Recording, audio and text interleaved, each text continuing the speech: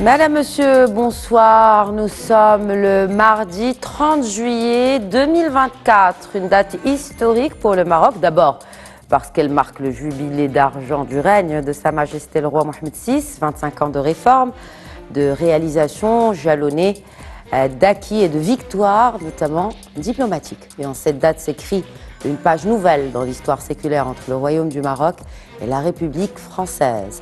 Un message historique adressé à Sa Majesté le Roi à l'occasion de la fête du trône de la part du président français Emmanuel Macron annonce officiellement au souverain qu'il considère, je cite, « le présent et l'avenir du Sahara occidental s'inscrivent dans le cadre de la souveraineté marocaine ». Fin de citation. Hier, dans le discours adressé à la nation, le souverain a rappelé l'attachement à consacrer l'intangibilité de l'intégrité territoriale et à conforter la place du Maroc en tant qu'acteur influent et partenaire responsable et fiable au niveau régional et international. Aujourd'hui, dans son message, le président Macron affirme l'intangibilité de la position française sur cet enjeu de sécurité nationale pour le Royaume. Le président français appuie ensuite son propos en assurant que la France agira en cohérence avec cette position à titre national et au niveau international. Avec ce geste, Emmanuel Macron tourne la page d'une période de neutralité qui avait donné lieu à des mois de tension, voire de gel diplomatique. Cette prise de position claire de la République française, qui de plus est membre permanent du Conseil de sécurité de l'ONU, est une énième consécration d'une réalité à vérifier, d'ailleurs dans les livres d'histoire, celle de la souveraineté marocaine sur les provinces sahariennes. J'accueille pour le débat de ce soir, d'abord sur le plateau de questions d'actu, le professeur de droit à l'Université Mohamed V de Rabat, professeur Mostafa Shihimi, bonsoir. Bonsoir. Avec nous également sur le plateau, toujours un plaisir de l'accueillir. Il s'agit du doyen de l'Institut de sciences politiques, juridiques et sociales de l'Université Mundiapolis de Casablanca aussi, Ali El Harichi. Bonsoir et bienvenue à vous également. Beaucoup et merci pour l'invitation. Merhaba. Et se joint à nous depuis Abu Dhabi, le professeur d'études stratégiques au Collège de défense, Dr Mohamed Badil Yatioui. Bonsoir et bienvenue à vous également parmi nous. Bonsoir et merci pour cette invitation. Merhaba. Alors, bien sûr, l'actualité, c'est bien sûr la fête du trône. Le Maroc et les Marocains célèbrent aujourd'hui le 25e anniversaire de l'accession de Sa Majesté le roi Mohamed VI au trône. Et bien sûr, c'est une journée de célébration qui aussi, cela fait l'actualité depuis très tôt ce matin, ce message, ce communiqué du cabinet royal qui reprend donc le message adressé par le président français au souverain. On va d'abord adresser la forme. Professeur Shihimi, avant d'attaquer le fond, la forme de ce message adressé par Emmanuel Macron à Sa Majesté le roi Mohamed VI aujourd'hui. La forme, vous avez raison de le relever. Traditionnellement, Sa Majesté le roi reçoit à l'occasion de la fête du temps un certain nombre de messages, de félicitations de ses pairs, chefs d'État, monarques, etc. Donc c'est conventionnel, si je puis dire. En l'espèce, c'est quelque chose de particulier, puisque ce n'est pas un message, c'est un long message. C'est un très long message adressé par le président français à Sa Majesté le roi, un message important qui va au-delà du rappel des relations bilatérales, qui fait état d'un certain nombre d'avancées de la diplomatie française pour ce qui est en particulier de la question du Sahara. Alors, je ne sais pas si on va en parler maintenant, peut-être, oui. Sur le fond? Oui. Je voudrais finir le tour de table pour recueillir peut-être aussi les réactions de chacun de vous, vu les perspectives différentes que vous avez compte tenu de vos backgrounds différents. Un mot d'abord sur la forme, aussi sur, bien sûr, ce n'est pas une coïncidence, le choix de la date pour justement adresser ce message au souverain Ali El Harichi. Tout d'abord, donc c'est la fête du trône au Maroc, et pas seulement la fête du trône, c'est le jubilé d'argent, c'est 25 ans de règne de Sa Majesté le roi Mohamed VI. Et donc sur la forme, on voit un message, comme a dit mon collègue Shihimi, qui est assez lent, mais quand on le voit dans le style, il y a beaucoup de respect, beaucoup de... C'est-à-dire, quand on voit le président Emmanuel Macron, qui, dans ce message-là, vers Sa Majesté le Roi, qui le félicite d'abord pour les 25 ans, mais aussi qui donne un cadeau, c'est-à-dire une reconnaissance de l'intangibilité des frontières du Maroc.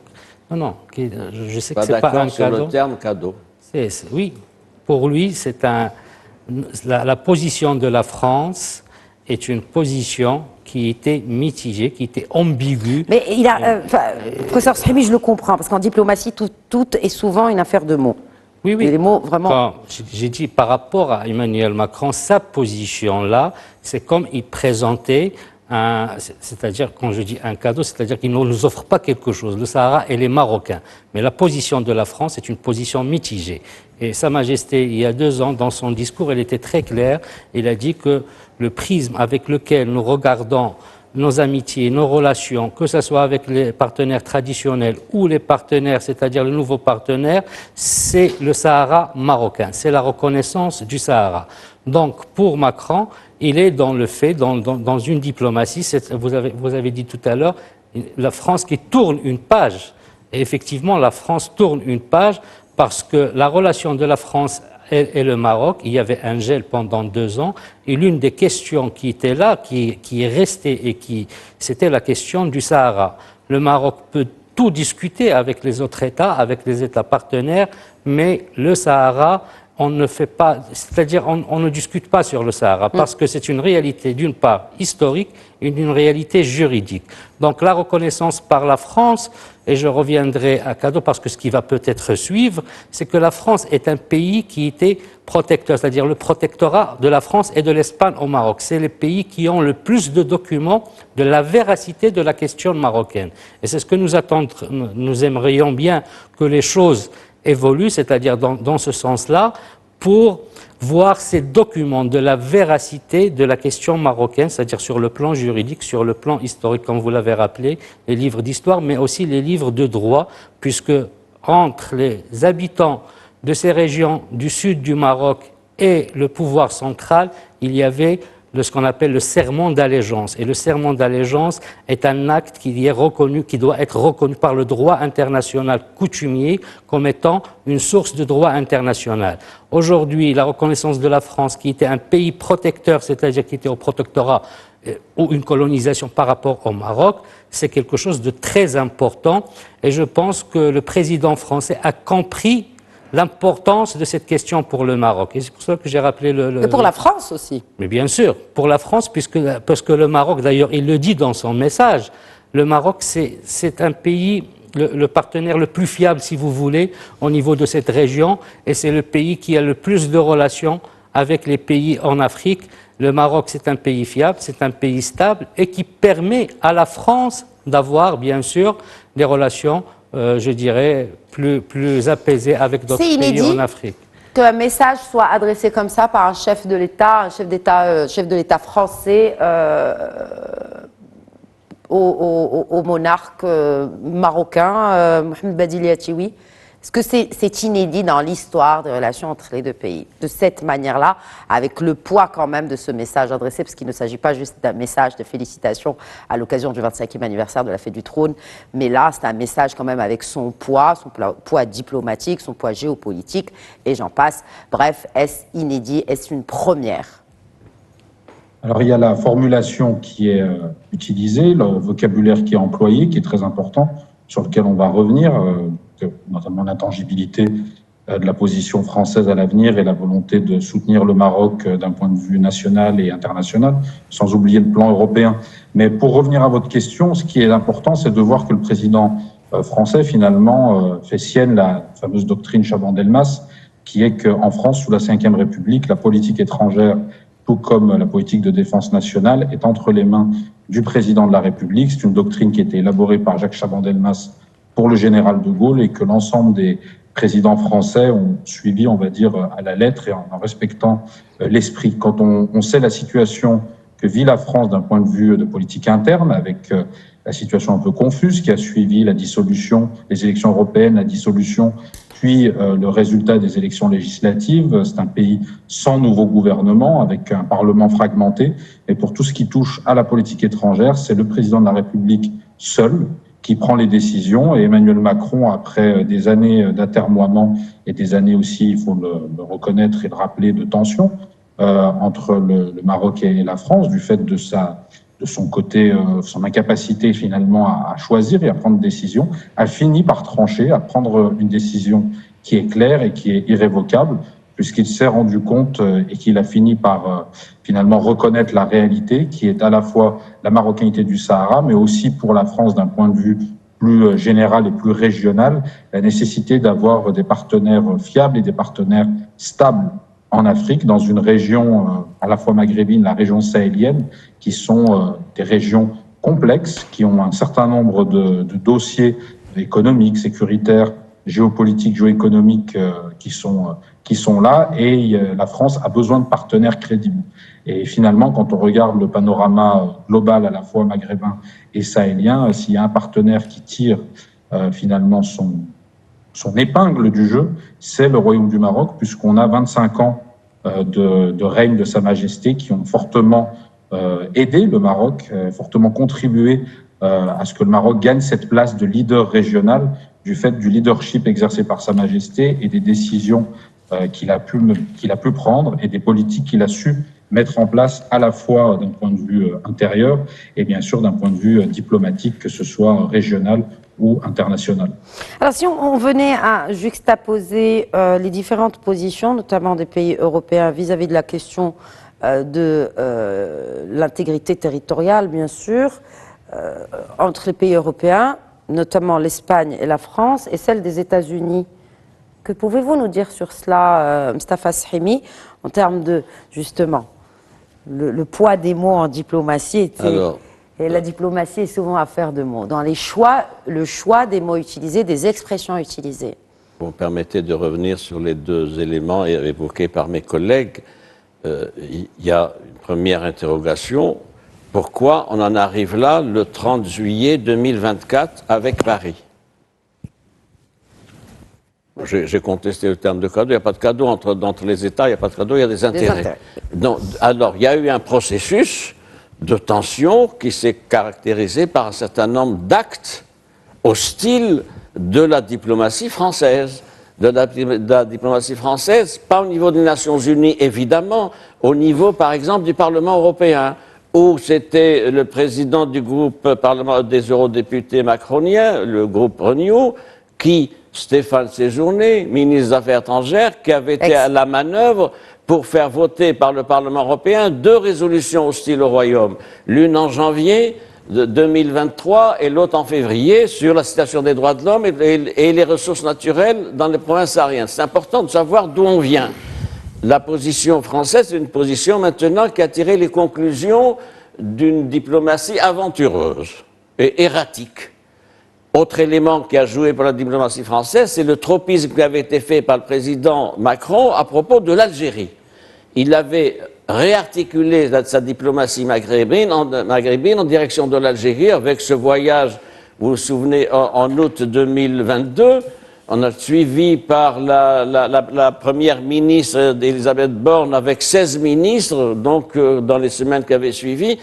J'en tire cette conclusion, si vous le permettez, c'est l'échec d'une certaine politique maghrébine du président Macron. C'est en même... Eh oui, il faut le dire. Bon, là, maintenant, c'est derrière nous, tout cela. Maintenant, je reviens à votre question. Restons dans l'actualité du jour, mais c'est bien de contextualiser. J'en conviens, professeur Sahimi. J'y viens. Alors, pour aujourd'hui et pour demain. Je note, pour répondre maintenant à votre question, si vous le permettez, je note une gradation dans les positions d'un certain nombre de puissances importantes pour nous, et qui le sont d'ailleurs par ailleurs, sur la question de ça. Là, le tweet, la décision américaine du président Trump du 10 décembre 2020 est un acte historique important.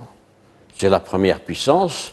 C'est la première puissance qui reconnaît la souveraineté du Maroc qui reconnaît donc la souveraineté marocaine sur la province saharienne. C'est le niveau le plus élevé dans la reconnaissance.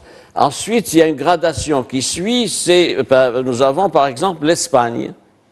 La position de l'Espagne telle qu'elle a été exprimée dans la déclaration du 7 avril 2022 à l'occasion de la visite du Premier ministre du chef du gouvernement espagnol, Pedro Sánchez, reçu en audience par Sa Majesté le Roi, c'était de dire c'est, à propos du plan marocain, je cite, c'est la base la plus sérieuse et réaliste et crédible pour un règlement. C'est un article défini. Et ça a été repris d'ailleurs lors de la 12e session du dialogue stratégique de haut niveau qui a eu lieu en février 2023 à Madrid. La position de l'Allemagne est intéressante. La position de l'Allemagne, il faut rappeler qu'on a eu une crise avec l'Allemagne pendant 2 ans du fait d'un certain nombre d'actes hostiles en Allemagne à l'endroit du Maroc et de ses provinces sahariennes. L'Allemagne aujourd'hui a une formulation intéressante, elle dit c'est une bonne base. Le plan marocain est une bonne base. Est-ce que, en parlant de gradation, quel est le dirigeant européen qui allait aussi loin dans son appui justement à ce dossier à la marocanité du Sahara? Je finis, si vous le permettez, avec l'Allemagne. C'est important parce que le choix des mots, vous avez formulé ça. L'Allemagne dit que le plan de règlement est une bonne base pour le règlement et, j'ajoute, un très bon fondement pour précisément le processus politique de règlement. Donc il y a une bonne base, mais on y ajoute, on insiste, un très bon fondement. Vous avez également, je vais citer, le Royaume-Uni. La position du Royaume-Uni est intéressante. Il n'est pas dans l'Union européenne, mais c'est intéressant parce que c'est une reconnaissance de fait par les affaires, par le business. Il y a eu une réunion qui s'est tenue d'ailleurs entre les officiels marocains et les officiels anglais. Et il y a eu une prise de position intéressante de Londres en 2023. 2023, voici un an, exprimée par la Cour d'appel de Londres qui avait rejeté la procédure engagée par des associations liées au mouvement séparatiste. Donc voilà la gradation. Premier niveau, fort, clair, net, les États-Unis. Deuxième niveau, donc atténué, la position maintenant française. Voilà. La position française. Troisième niveau. C'est un mix en fait. La position française, c'est un peu un mix entre la position espagnole et celle des États-Unis d'Amérique. Non? Pardonnez peut-être l'explication simpliste, mais est-ce que effectivement il s'agit là quand même d'une position entre les deux ou qui réunit les deux? Et les deux pays se retrouvent à propos de l'article défini là. C'est pas une. Une, ça veut dire qu'il y a d'autres options. Là, c'est important, il y a un alignement donc qui se fait entre deux puissances, vous l'avez dit tout à l'heure, à bon droit, deux puissances qui ont exercé des protectorats au Maroc, qui plus est, qui ont responsabilité historique à propos de la question nationale.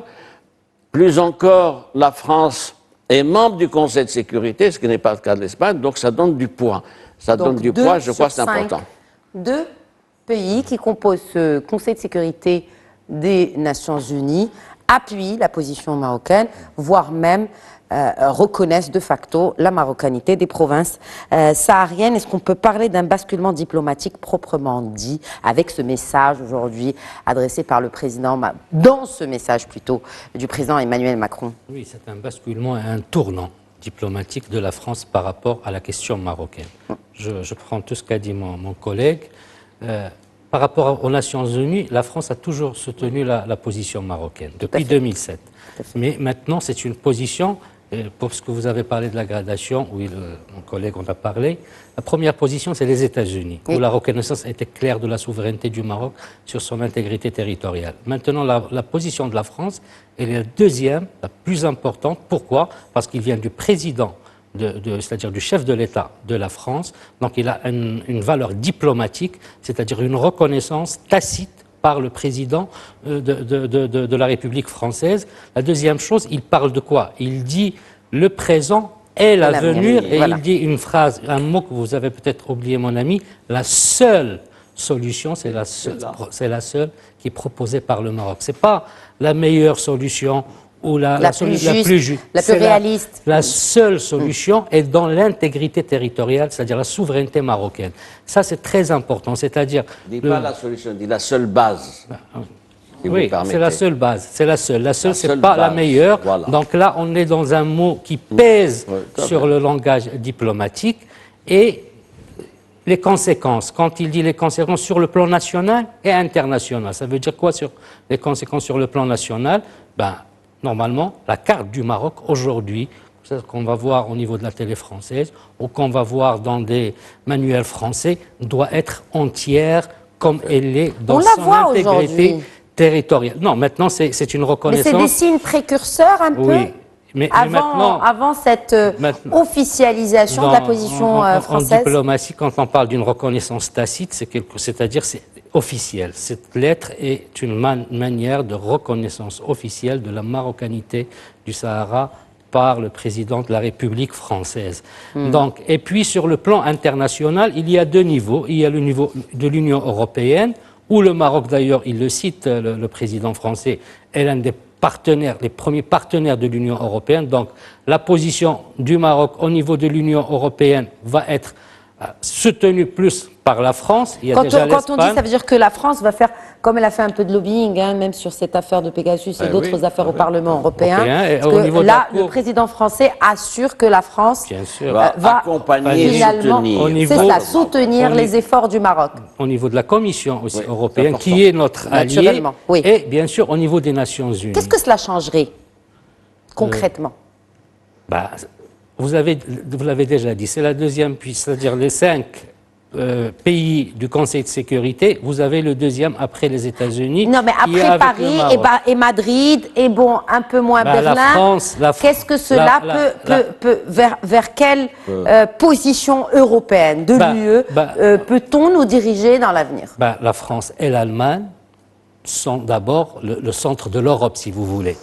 Et avec l'Espagne, c'est les puissances de l'Europe. Donc c'est eux qui tirent l'Europe, que ce soit économiquement et sur, je dirais, l'impact de la décision politique de ces pays-là va se refléter sur d'autres pays. Il y a déjà des pays européens du centre, c'est-à-dire qui sont avec le Maroc. Maintenant, cette position-là va aller, puisque vous parlez d'intérêt, dans l'intérêt du Maroc, surtout que ceux qui sont à la tête de l'Europe ou les puissants de l'Europe sont avec le Maroc.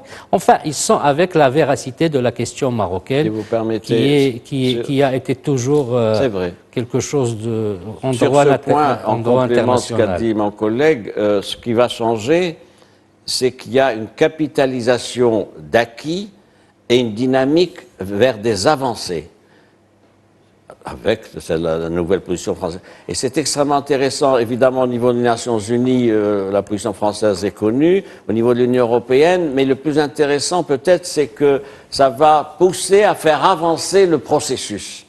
Ça a déjà été dit en octobre dernier par l'ambassadeur français aux Nations Unies, qui avait réitéré la position de son pays, qui a dit maintenant il faut avancer. Le terme avancer se retrouve dans le message du président Macron. Avancer, c'est-à-dire... Il est temps désormais d'avancer. Mais c'était un signe précurseur quand on revient à cette déclaration de Nicolas de Rivière, représentant permanent de la France auprès des Nations Unies. C'était en 2022, c'était il y a 2 ans, où il parlait de la France qui défendait une solution politique juste, durable et mutuellement acceptable, conformément aux résolutions du Conseil de sécurité.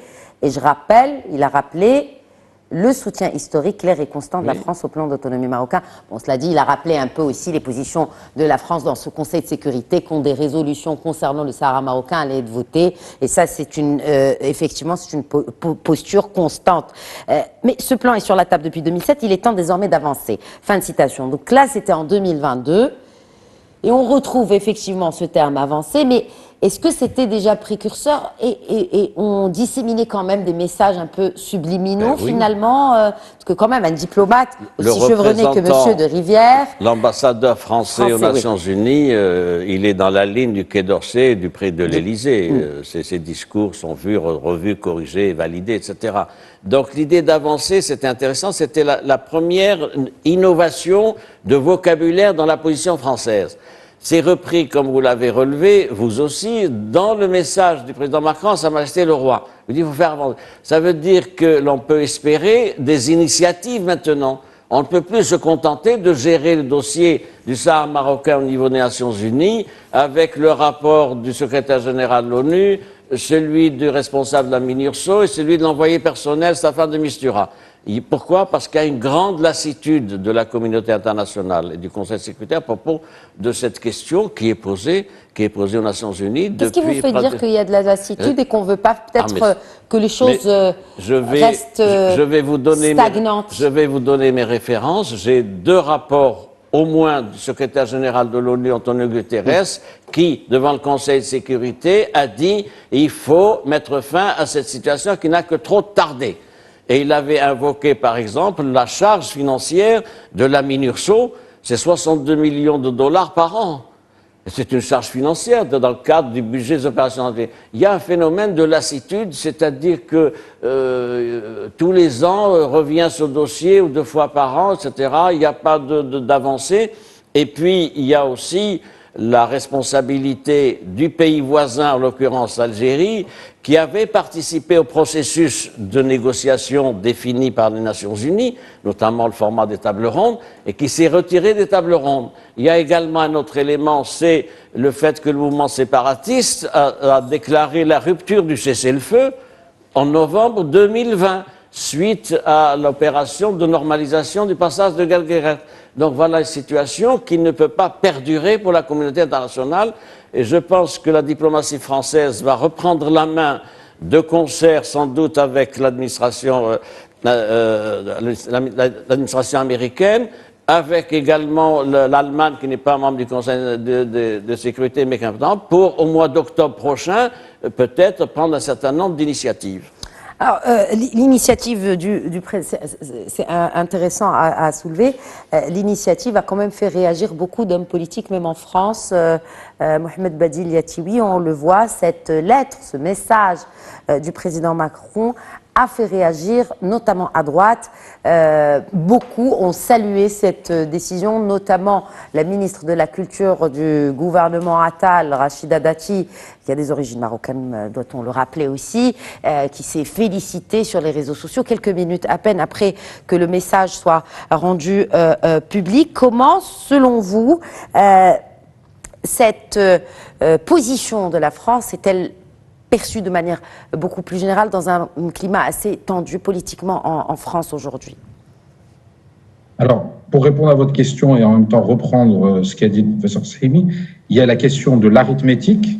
On a un pays de plus qui soutient la marocanité du Sahara et une question de dynamique. Donc déjà, ce n'est pas n'importe quel pays, c'est un membre permanent du Conseil de sécurité, c'est un membre fondateur de ce qui est aujourd'hui l'Union européenne et l'un de ses membres les plus actifs. Donc Emmanuel Macron s'engage dans le message adressé à Sa Majesté le Roi à aider, à pousser, à défendre les intérêts marocains et la défense de ce plan d'autonomie dans toutes les instances régionales et internationales. Maintenant, d'un point de vue interne, un certain nombre de parlementaires, députés et sénateurs français, notamment de droite, se sont félicités depuis un certain moment, notamment les élus issus des Républicains, poussaient pour une reconnaissance de la marocanité du Sahara. On se souvient que Rachida Dati, que vous avez cité, avant d'être membre du gouvernement Attal, quand elle était encore chez les Républicains, s'était rendue au Maroc avec Éric Ciotti pour défendre la marocanité du Sahara. Un certain nombre de parlementaires le font depuis un certain temps. Maintenant, toute la question qui va se poser en France, comme elle a pu se poser en Espagne, c'est celle de la société civile, du monde des médias, etc. Si, par exemple, on parle des grands médias français, notamment des médias d'information, France 24, qui dépend du Quai d'Orsay, aujourd'hui a beaucoup parlé de ce message.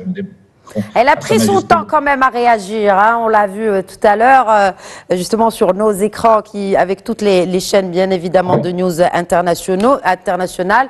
On a vu que France 24 a pris beaucoup de temps. Je pense qu'ils attendaient quand même le feu vert peut-être du Quai d'Orsay pour pouvoir lancer l'urgent peut-être une demi-heure ou 45 minutes avant. Mais effectivement, les médias ont réagi, beaucoup, largement. Je voudrais dire une chose, c'est qu'elle a pris son temps, je suis d'accord avec vous, mais si vous regardez quand ça a été annoncé, ils mettent message du président Macron au roi du Maroc et ils mettent entre parenthèses source Rabat. Et la carte, quand leur consultant sur les questions internationales est intervenu à 2 reprises, je l'ai vu, c'est la carte incomplète du Maroc. Donc Emmanuel Macron, s'il veut tenir entre guillemets sa parole, a encore beaucoup de travail à faire puisque France 24 dépend du Quai d'Orsay et c'est le ministre des Affaires étrangères qui nomme le directeur de France 24. Et financé par le Quai d'Orsay aussi, parce que c'est une question de budget. Hein.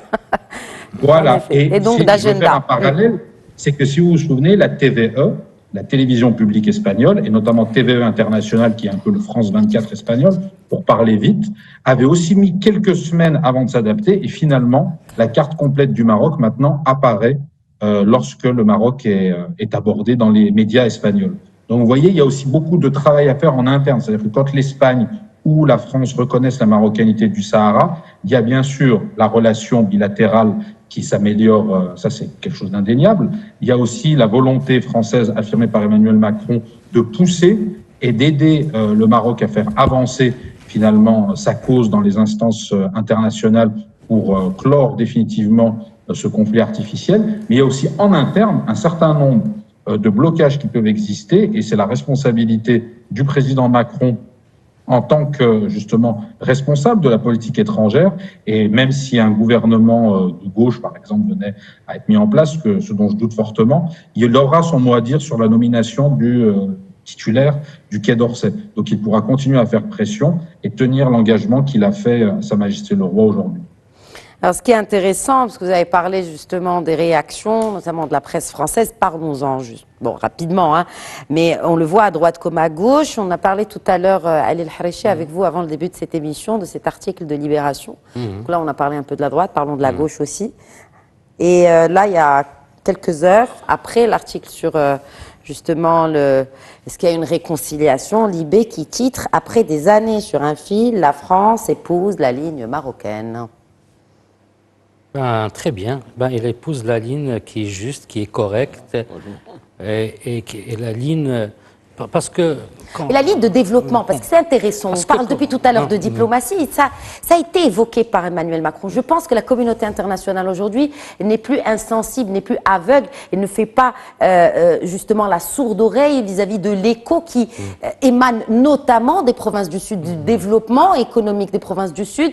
Aujourd'hui, les investisseurs venant de ces mêmes pays, français, espagnols, américains, anglais, britanniques, eh bien, ils veulent leur partie finalement du gâteau. Ils veulent investir au Maroc, ils veulent investir dans les 12 régions du royaume et on le voit. Et on voit que ici, on ne parle plus que de diplomatie, mais là, Emmanuel Macron l'a rappelé, le développement, le développement.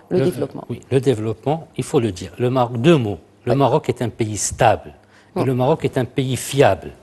Il y a la fiabilité et la stabilité. C'est ce qui permet à l'investisseur direct étranger de venir chez vous pour investir. Je ne peux pas venir investir dans un pays si la justice ne me donnerait pas mes droits. Je ne viendrai pas investir dans un pays si les impôts ne me donneraient pas mes droits.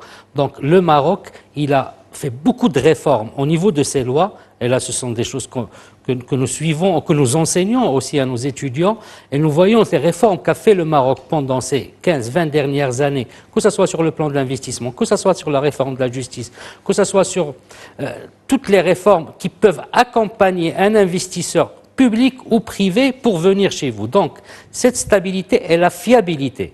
D'autant plus que sur le plan géopolitique, le Maroc est un acteur incontournable dans sa région et dans son continent. Le Maroc, il a la confiance des États africains. Le retour, il ne faut pas oublier le retour du Maroc en 2017, il est très important à l'Union africaine. On est revenu à notre place et nous avions certainement des relations bilatérales avec nos amis africains, notre pays, mais ce retour-là a montré encore quelle est la place du Maroc dans ce continent tellement convoité par les puissances, puisque vous avez parlé des intérêts, certes il n'y a pas de cadeau, mais il y a quelque chose de symbolique, juste pour rappel. Donc ce Maroc qui est ouvert, ce Maroc qui est ouvert et qui est un pont entre l'Europe et l'Afrique, mais aussi le transatlantique. On oublie ce projet qui est proposé, ce plan du Maroc atlantique, qui s'ouvre sur les États africains de l'Atlantique et sur les États qui sont enclavés, je pense au Niger, au Burkina, au Mali, et qui va vers les Amériques. Donc l'ouverture du Maroc. Le Maroc est d'abord une position stratégique, géostratégique très importante. Mais je pense que ce sont les pays qui reconnaissent l'importance de cela. Là, la France, je pense, avec ce changement de position, avec ce geste quand même historique, elle appuie cela. En fait, ce n'est pas une reconnaissance, je ne sais pas si je peux me permettre, ce n'est pas une reconnaissance de la marocanité du Sahara, mais c'est une reconnaissance de l'importance du rôle pivot que joue aujourd'hui le Maroc dans sa région et dans son continent. Et vous avez parlé de Dakhla, du grand port de Dakhla. Oui, tout à fait. Donc cette ouverture vers l'Afrique et vers l'Atlantique. Donc voilà, le Maroc, il est là, il est présent, il a travaillé les infrastructures au Maroc, qu'ils soient aéroportuaires, portuaires, ferroviaires, routières, a fait de Maroc ce hub africain, ce Maroc, ce pays qui a progressé, avec une politique, je dirais, éclairée de Sa Majesté, et qui fait que ce Maroc se positionne aujourd'hui. Et là, je reviens à vous, mon cher collègue, c'est l'intérêt des États avec les autres États. Comme disait Machiavel, les États, ce ne sont que des monstres froids, il n'y a pas d'amitié, que des intérêts. Mais le Maroc suscite la confiance, et il suscite la confiance des États, qu'ils soient les puissants ou des États qui sont dans le même, c'est-à-dire dans notre environnement. C'est parce que c'est venu dans les premiers mots dans ce message adressé par le président Macron, la confiance et la fidélité. D'ailleurs, il le dit, au cours de ces 25 années, donc du règne de Sa Majesté, la France, sous mon mandat, celui de Macron, non que je le cite, comme sous ceux de mes prédécesseurs, s'est montrée fidèle à son amitié séculaire avec le Maroc en se tenant à ses côtés chaque fois qu'il le souhaitait pour l'accompagner dans ses réalisations les plus ambitieuses. La confiance du Maroc et la qualité des projets réalisés avec lui sont pour la France et le peuple français un motif de grande fierté. Donc là, on retrouve fidélité, confiance, fierté. Oui, cet argumentaire du président Macron n'a pas joué quand on a eu 2 ans de tension avec Paris. Bon, oui, mais il faut le dire. Revenez, c'est bien beau le 30 juillet 2024 que le président français dise « Ah, le capital confiance », mais ça n'a pas joué, ça n'a pas été suffisant pour éviter les tensions qu'il y a eu pendant 2 ans. L'autre élément à retenir, me semble-t-il, c'est que le Maroc de la stabilité, oui, fiable, crédible, mais les opportunités offertes par le marché marocain, notamment dans les provinces sahariennes. Oui. Et vous le savez que les grands groupes français ont fait beaucoup de pression sur le Quai d'Orsay, sur l'Élysée, pour dire nous ne sommes plus partie prenante dans les appels d'offres qu'il y a dans les provinces sahariennes, c'est des grands marchés. Pas que dans les provinces sahariennes. Oui, non, mais essentiellement, parce que c'est des grands projets. Non, ce sont des grands projets. Il y a notamment des lignes chemin de fer, vous le savez, ailleurs. Ça ne dépend pas que des provinces sahariennes. C'est exact. Effectivement. L'autre élément, c'est l'aspect géostratégique que vous avez évoqué, c'est les opportunités que donne le Maroc en Afrique, avec toutes les grandes initiatives qu'il y a. Et donc les grands groupes français aimeraient bien que souhaiter que les relations soient normalisées pour pouvoir avoir accès donc à des possibilités d'affaires, de contrats, de projets, etc.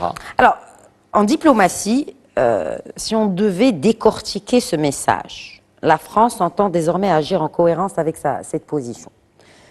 Quels sont les champs d'action de la France, hors Conseil de sécurité et hors Commission européenne?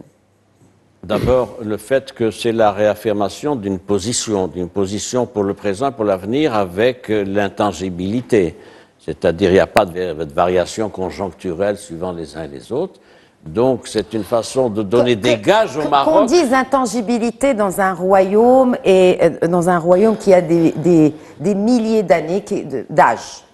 On peut comprendre cette intangibilité et cette constance, cette continuité.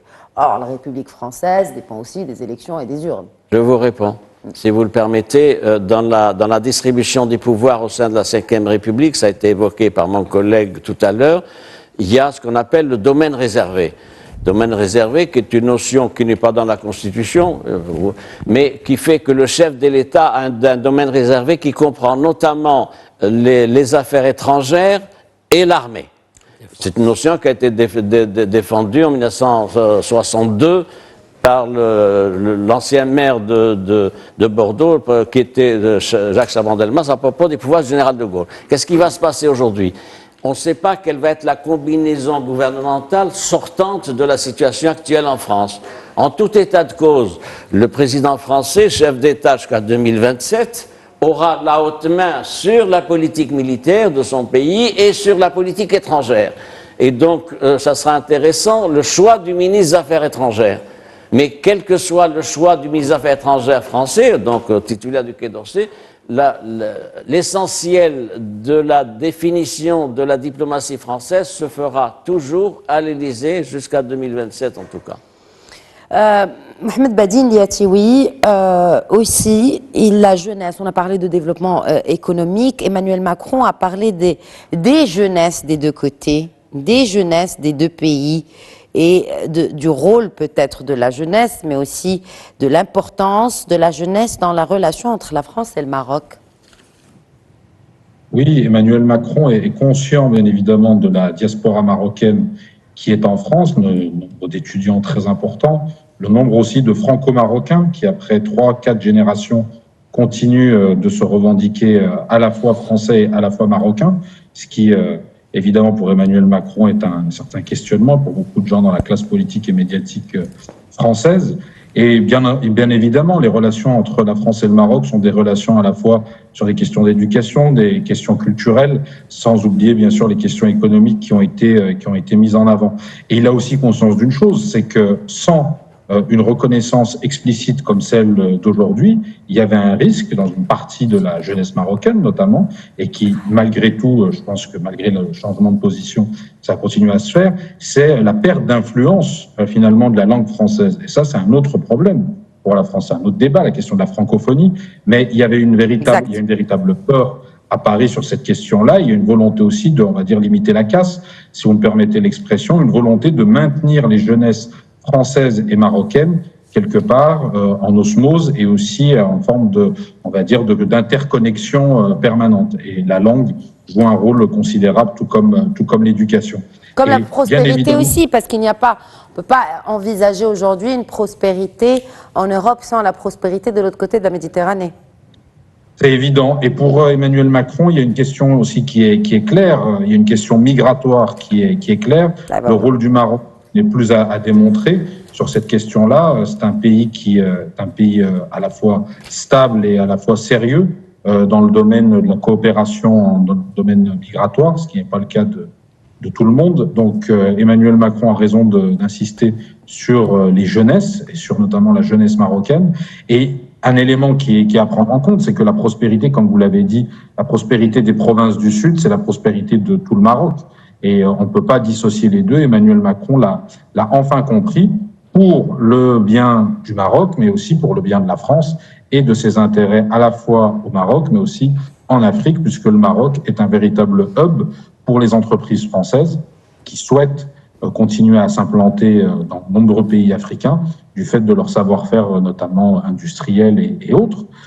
Et à ce moment-là, Emmanuel Macron, finalement, si vous voulez, je suis assez d'accord avec ce que disait le professeur Srimi sur il ne faut pas oublier tout ce qui s'est passé pendant 2 ans, et je pense qu'Emmanuel Macron a été rattrapé par la réalité. Et en fait, la réalité, le réalisme se sont finalement mis devant lui, et il a été dans l'obligation de changer de position du fait des intérêts de son pays. Et donc, je pense aussi qu'il était aussi, dans ces 2 mandats, il était aussi en train, enfin, on tâtonne pas avec la politique étrangère d'un pays, mais on tente plusieurs pistes pour voir celle qui marche peut-être pas le mieux, mais le plus loin et de manière la plus pérenne. Oui. Je pense qu'il a fait un pari. Il a fait un pari, c'est-à-dire que le président français, de par son âge, sa jeunesse, justement, vous parlez de la jeunesse, de par sa jeunesse, voulait réussir un pari qui est un pari un peu fou, qui est celui de réussir là où ses prédécesseurs ont échoué dans la relation avec l'Algérie, post-indépendance. Et finalement, il a privilégié la relation avec Alger sans se soucier, durant les premières années de son mandat, des conséquences que ça pouvait avoir sur sa relation avec le Maroc. Et il s'est rendu compte de son échec, ce qui est une preuve d'intelligence. Certains pourront dire qu'il a mis un peu trop de temps, mais il s'est rendu compte que finalement, son pari était un pari un peu fou et qu'il n'avait pas les interlocuteurs face à lui pour réussir ce qu'il voulait entreprendre.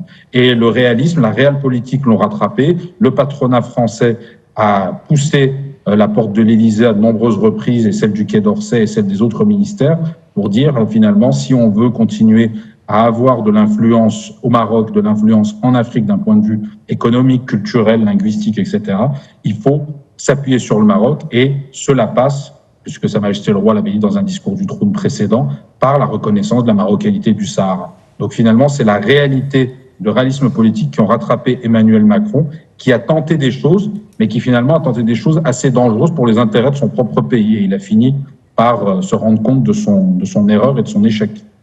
Ali El-Hajji, vous voulez réagir rapidement avant qu'on termine? La position réaliste du Maroc, la position du Maroc qui était inébranlable sur la question du Sahara. Certes, Macron a parié sur l'Algérie ou sur d'autres politiques, mais la position du Maroc a montré que le Maroc ne pouvait pas abandonner un bout de sable ou un grain de sable de son Sahara en dehors des intérêts. Et je rappelle le discours de Sa Majesté qui disait le seul prisme avec lequel nous regardons nos amitiés et nos relations avec les États, qu'elles soient économiques ou autres, c'est le Sahara marocain. Donc peut-être que Macron, il a parié sur l'Algérie, il s'est trompé, mais c'est la position marocaine, parce que la position marocaine est une position réaliste qui a été aussi face à l'Espagne, où il y avait un tournant avec l'Espagne, et il faut rappeler que l'Espagne était la puissance administrante des régions sud du Maroc, donc qui connaissent la réalité. C'est pour cela que je parlais des documents, et c'est pour cela qu'il faut encore ouvrir ces documents pour voir les frontières du Maroc qui s'étendent au-delà c'est-à-dire le Sahara, mais de ce qu'on appelle de l'Est, c'est-à-dire là où il y avait des régions du Maroc qui sont aujourd'hui en Algérie. Donc je pense à Touat, à Qnatsa, je pense à... Bien sûr, il y a des documents, et on a toujours des documents, j'ai travaillé, il y a des documents sur ça qui démontrent de la marocanité de ces régions-là. Des documents made in Des documents made in France. Voilà, mais il faut le dire, ce ne sont pas des documents marocains, Non, c'est des documents qui ont été... C'est des documents juridiques. C'est des documents juridiques émanant de la République française. Et il y a aussi en 1958 la proposition du président français au Maroc de régler le problème des frontières, puisque le problème des frontières, il est resté depuis le traité de l'Amrnia, à Tnit Sassi, où ces frontières étaient entre les deux empires, l'empire orléaniste français et l'empire chérifien, et étaient considérés comme des terres où les nomades, c'est-à-dire arabes, partaient de là et là pour poursuivre le pâturage. Donc ces régions-là ont toujours, même en regardant les sociétés qui vivent dans ces régions-là, ils ont toute la tradition marocaine. Ils portent la tradition marocaine, comme vous l'avez dit, qui est millénaire. Et c'est pour cela qu'aujourd'hui, il faut ouvrir les documents du Sahara oriental maintenant. Et voilà. Et je pense qu'on pourrait facilement en parler pendant une émission tout entière. Elle mérite vraiment de plonger, de faire une immersion dans les archives, dans les documents, pour comprendre d'où vient justement cette question-là qui a été soulevée ces derniers mois. Et on a vu beaucoup de voix se sont élevées pour appeler justement à récupérer. Oui, professeur Srimi, ces territoires-là. En conclusion d'un mot sur ce qui s'est passé depuis 2-3 ans avec l'Espagne, la France et l'Allemagne. Pas que. Non, mais essentiellement. Les Pays-Bas, non, ce qui s'est passé avec les pays... Les pays du Visegrad, enfin... Non, je parle des pays avec lesquels nous avons eu des tensions, et des tensions fortes. Je parlais d'avancée diplomatique, c'est La conclusion que j'en tire, c'est que la diplomatie de la fermeté est payante, et la preuve en est faite. Et la clarté aussi, surtout. Voilà. La fermeté et la clarté. Merci beaucoup, professeur Srimi. Merci d'avoir répondu à nos questions, à vous également, à réfléchir. Merci, Mohamed Badiliati. Oui, merci d'avoir été avec nous depuis Abu Dhabi ce soir. Merci beaucoup. Merci à vous de nous avoir suivis aussi et surtout félicitations à notre équipe olympique de football qui s'est aujourd'hui positionnée première de son groupe grâce notamment à sa victoire contre l'Argentine et aujourd'hui en l'occurrence contre l'équipe olympique irakienne. Mbrok Elina, Hadil Bidayo, Mazal Mazal, on souhaite beaucoup de succès à nos équipes olympiques présentes au JO de Paris. Voilà, très bonne soirée à toutes et à tous, restez sur Médien TV.